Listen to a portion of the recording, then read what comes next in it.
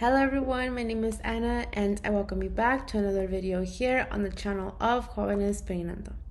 In today's video, we are going to continue with the series Torah themes that we have been doing week after week. Specifically today, we're going to be focusing on chapters 11 and 12 of this book of Leviticus. Today's title is A Diet and Habits for a True Believer. In the previous chapters, we have been studying we have been seeing about the korbanot that the people of Israel would do or would offer to the Eternal in order for them to get closer to the Eternal.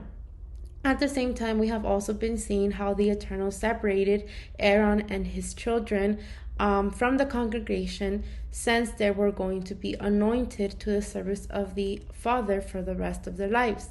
And in order for them to not only go before the presence of the Eternal, but also be anointed to the service of the Eternal, they had to go through a process through a process of purification. For example, we saw how they would have to wash their garments, as well as how their food had to go through a process of purification. And in today's videos, we are going to be learning about the types of food that the Eternal approves of and the types of food that he does not, where we will be seeing that there are principles of holiness, where there is an order and a type of break that the Eternal gives to humanity.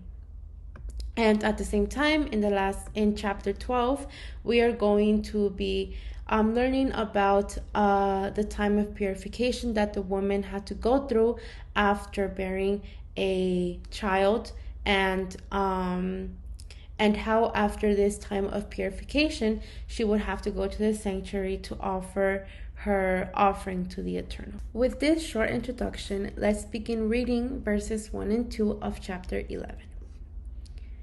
And the Eternal spoke to Moses and Aaron, saying to them, Speak to the people of Israel, saying, These are the living things that you may eat among all the animals that are on earth.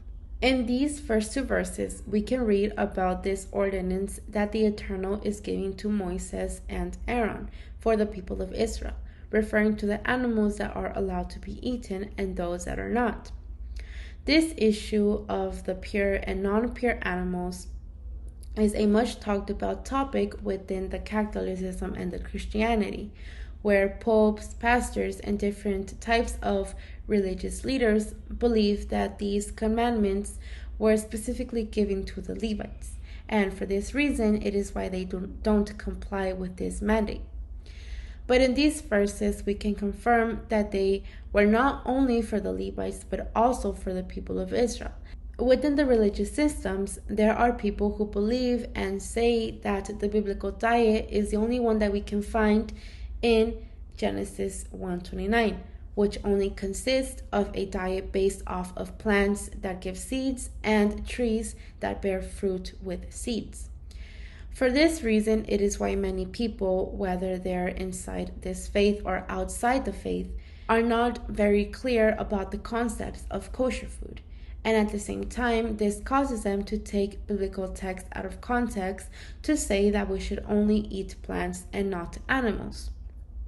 At the same time, there are other extremes of Christians who teach that God, as they call him, has cleaned all types of animals, and because of that, it is why now humans can consume any type of animal they want, whether they are kosher or non-kosher. In all this, we can see that these people completely ignore and disobey this commandment that the Creator has placed for humanity. And all of this disobedience exists because of the anarchy that exists within the heart of the human. And as believers, it is very important for us to know and at the same time understand what is the word kosher, which in Hebrew means fit and proper, which is generalized with the meaning of correct or legitimate. As believers, it is very important for us to understand that the kosher diet does not mean healthy, as many believe that kosher food can be eaten excessively, thinking that later on it cannot cause any type of harm in our bodies. As believers, we must understand that a limit exists on the amount of kosher food that we can eat. And we cannot just eat a lot of food just because it is kosher. On the other hand, there is an extreme in Rabbinic Judaism, Halakhic, which says that all type of food must be certified by a rabbi, whether it is meat, dairy products, fruits, seeds, vegetables, nuts, whatever. And if it is not, or if it does not have the rabbinical seal, even if it is approved by the Eternal, for the Jews, it is not considered as kosher. Within the scriptures, kosher refers to the animals approved by the Eternal, which when consuming them, we do not fall into a state of impurity. And we can sometimes ask ourselves, why is it an impurity? Let's remember that the Eternal created unapproved animals for other purposes. For example, he created animals exclusively to clean this earth. And for this reason, it is why we should not consume them, because for him, for the Eternal, these are considered abominable. In this case, this is why the Israelites, being in this condition of impurity when consuming a unapproved animal, this caused them to not being able to approach the presence of the Father. And once again, here we can see why the Eternal put this mandate for the people of Israel. From verses 4 to 8, we can read that the Eternal establishes the characteristics that a four-legged animal must have in order to be considered as a pure animal and was allowed to be eaten. And at the same time, it also gives us a list of animals that were prohibited. In these verses, we can read that in order for the animal to be kosher or to be considered kosher, the animal had to have cloven hooves, and it also had to chew the cud. And in these verses, we also can read that the Eternal tells Moses to tell the people of Israel that they shall not eat or touch the corpse of the animals that do not have both of these elements, and therefore they were considered unclean. The word unclean in Hebrew is tamei, which means to see with something to be defiled and dirty. And that is why we can understand the reason why the people of Israel couldn't eat these type of unkosher animals, since if they got to touch them or eat them, then they would be considered impure. From verses 9 to 12, we can read, "These you may eat of all that are in the waters, everything in the waters that has fins and scales, whether in the seas or in the rivers you may eat. But anything in the seas or the rivers that does not have fins and scales, of the swarming creatures in the waters, and of the living creatures that are in the waters, is detestable to you. You shall regard them as detestable. You shall not eat anything of their flesh. Everything in the waters that does not have fins and scales is detestable to you." And in these verses, we can read that the Eternal says that we can eat animals that live in the water, whether they were in the sea or in the rivers. But the specification in these verses, we can read that this animal as well had to have two elements, or two specific elements, in order to be considered as kosher. One of them was that they had to have fins, and the other one was that they had to have scales. And in these verses, we can understand that we cannot eat any type of reptile. For example, the crocodiles, turtles, the octopus, the shrimps, the sharks, the seals, the crabs, any of these sea or river animals or water animals that are considered non-kosher. If we get to eat, or due to lack of nourishment, we eat these non-kosher animals, we must be very careful with this, because let's remember that it is considered an abominable practice before the Eternal if we eat from these animals. Let's remember that abominable is something that causes hatred or disgust. In this case, it is considered something that the Eternal hates or detests because it is against His holiness. The Hebrew words translated as abomination are generally used in connection with things like idolatry or false gods. And in this case, the Eternal categorizes not eating cleanly as a level of idolatry. And in this, we learn that when eating these impure animals, we should be disgusted and never eat from them. In Luke 16, verse 15, we can read the words of the Messiah Yeshua that gives us an exhortation of how we should be and how we should behave towards these actions. It says, "And he said to them, you are those who justify yourselves before men, but the Eternal knows your hearts. For what is exalted among men is an abomination in the sight of Elohim."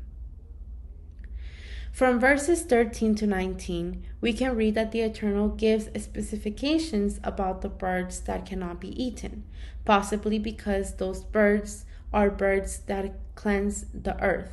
That is, they are birds of prey, those that hunt their prey to feed on the meat. These animals that are non-kosher have large claws and a sharp beak, which allows them to dominate their prey. And at the same time, it allows them to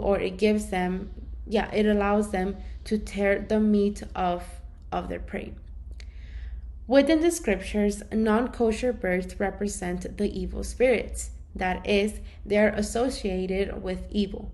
And it is important for us to remember that kosher birds were sometimes part of sacrifices that were made within the congregation. Some examples of kosher birds are ducks, chickens, turkeys, geese, pigeons, and quails.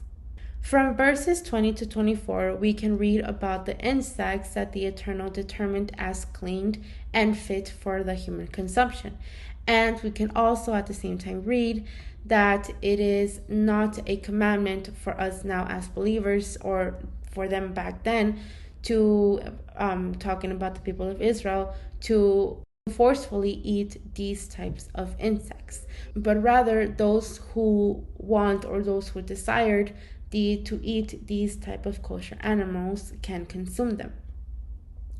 From verses 25 to 31, we can read that the Eternal gives the protocol of what an Israelite had to do if he was made unclean by having some part of an insect on their clothing. The verses say that this person was considered impure until the afternoon. This impurity was ritually and caused an impediment for that person to approach the Eternal, since he was now in a impure and dirty state. From verses 32 through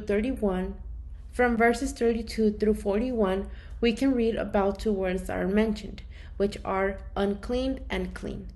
These have to do with some ritual purity and impurity. The word tamei in Hebrew has to do with some impurities, and the word tahor has to do with purities. In these verses, we can read that if an impurity were in the body of that person, it would cause an impediment or even cause death to appear in the presence of the Eternal Father with that impurity. And at the same time, we can also see an aspect of hygiene, about how we should live a clean life if we call ourselves believers. We can also read in these verses that we can compare impure animals with humans that do not have and that do not keep the Torah in their lives. From verses 42 through 41, the Eternal exhorts us to be careful not to contaminate our soul with impurity practices that make us impure. And at the same time, it also reminds us that holiness cannot be in the same place where impurity lives. We can also read that the Eternal commands us to make an effort to stay completely separate and away from all types of unclean foods. Continuing with with the last verses of this chapter 11, say, "For I am the Eternal who brought you out of the land of Egypt to be your Elohim. You shall therefore be holy, for I am holy. This is the law about beasts and birds and every living creature that moves around or that moves through the waters and every creature that swarms on the ground, to make a distinction between the unclean and the clean, and between the living creature that may be eaten and the living creature that may not be eaten." The whole purpose of all of these commandments about the food that the people of Israel could eat and could not eat, it was so that we can now make a distinction, and in their time the people of Israel could make a distinction between what is clean and what is not clean. Let's remember that the Eternal requires that we be holy because he is holy, just as we can read in these last verses. In 2 Corinthians chapter 6, verse 16, we can read what our role is in coming or when we come to this path of faith. It says, "For we are the temple of the living Elohim, as the Almighty said, I will make my dwelling among them and walk among them, and I will be their Elohim, and they shall be my people." Within the Torah, there are three forms of purity and impurity. One of them is the moral purity, the second one is the spiritual purity, and the last one is the ritual purity. The Torah not only calls us to sanctify ourselves, but as believers, it is a challenge for us to know how to distinguish between what can be consumed and what cannot be consumed. If the believer does not know how to discern between the holy and the profane, then we are doing harm to ourselves. Let's remember that our lives are different from the other peoples who do not have the Torah in their lives. The Eternal established instructions and laws, which is wisdom and order that helps us live within what is established by the Eternal Father. In these verses, we can find life and order in how to live a life to the full before the Creator. And it is important for us to know and to understand that what we eat and the way we eat contributes to our spirituality. And at the same time, it also affects our spirituality. And sometimes we can wonder, how come or why is it that the Eternal gives us these food commandments without an explanation or a specific reason on why he gave us animals suitable for eating and animals that we should not eat? Let's remember that these commandments are classified as hokim, which are irrational commandments. That is, judgment cannot be omitted. They are a break for the iniquity of the carnal man. They are the commandments that have to do with food and sexual conduct. It is important to understand that the Eternal did not give these foods with the purpose of being healthy. If we remember at the beginning of this book, when we started analyzing this book week after week, it was said that these ordinances had to do with the sanctity of a spiritual life before the Creator. We know that we do not develop a spiritual life through men, but through the instruction of the Eternal Father. Just as we have already been learning that in order to present ourselves before the Eternal, we cannot come with an impure life, but there must be a preparation in the believer's life before coming to the Eternal. Continuing with chapter 12, verses 1 and 2, it says, "The Eternal spoke to Moses, saying, Speak to the people of Israel, saying, If a woman conceives and bears a male child, then she shall be unclean 7 days. As at the time of her menstruation, she shall be unclean." In the specifications of these verses, we can read and understand that as soon as the woman gave birth to a male baby or a male child, she needed to go through a time of purification, such as the time of her menstruation. The word that defines this time for women in Hebrew is nidah, which comes from the Strong Dictionary, Hebrews 5206, from a feminine noun that means elimination or exile. In other words, the woman should naturally go through a time of separation. The word nidah, in turn, comes from the root of the word tuma, which means, or which comes from the Strong Dictionary, Hebrews 2932, which means filth, unclean, and religious impurity. Because of these concepts, we can understand that during the time of the nidah, the woman had to be exiled or separated from the congregation because of her impurity.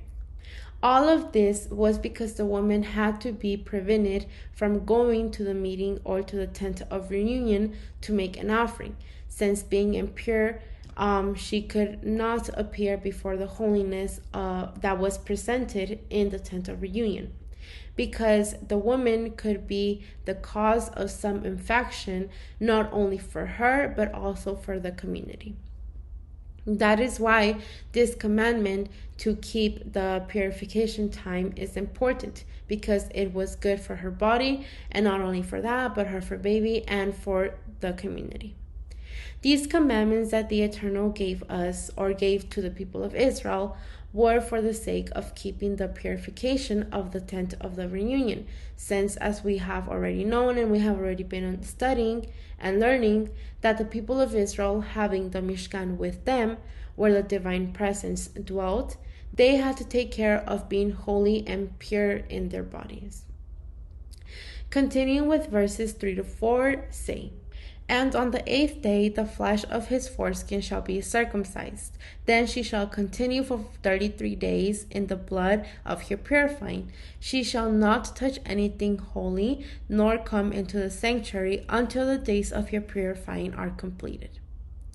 These instructions were given for the benefit of the mother for her internal sanction, and also to be able to spend time with her newborn, because although it was just the beginning of a very long time together, but until now, the baby will be experiencing the pain that the separation has caused him, since when he was in his mother's womb, the only thing he had ever experienced was hearing his mother's voice and also feeling her mother's heartbeat.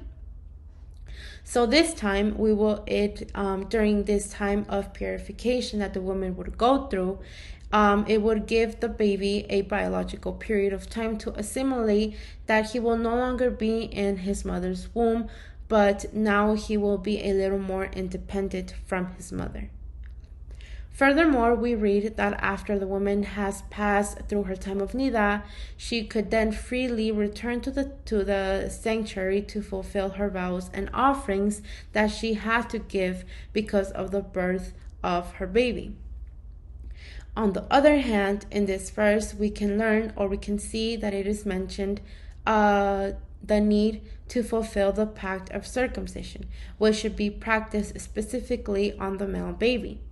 This issue of circumcision, in addition to being a signal for the people of Israel, it was also a necessary part of the purification of the baby, since the fact of circumcising a newborn baby is medically proven to bring health and hygiene benefits to him. Continuing with verse 5, it says, "But if she bears a female child, then she shall be unclean 2 weeks, as in her menstruation. And she shall continue in the blood of her purifying for 66 days. As we can see here, in the instruction, or in these verses, it says that if the woman would have a baby girl, the mother's rest would be double the amount of what it was for the little boy. We can also read how this commandment is medically proven, since during the gestation of a girl, the mother wears out more in all aspects than she does when she engenders a boy.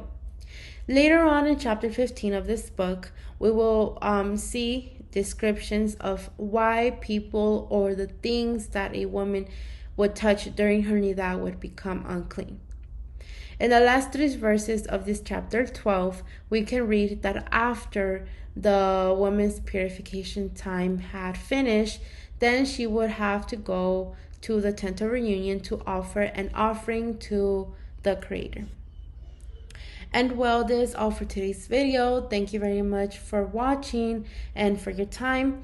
If you have any questions or any comments, you can leave them down in the comment section down below. And if you like this video, you can give us a thumbs up. Thank you once again for your time and hope you have a good rest of your day.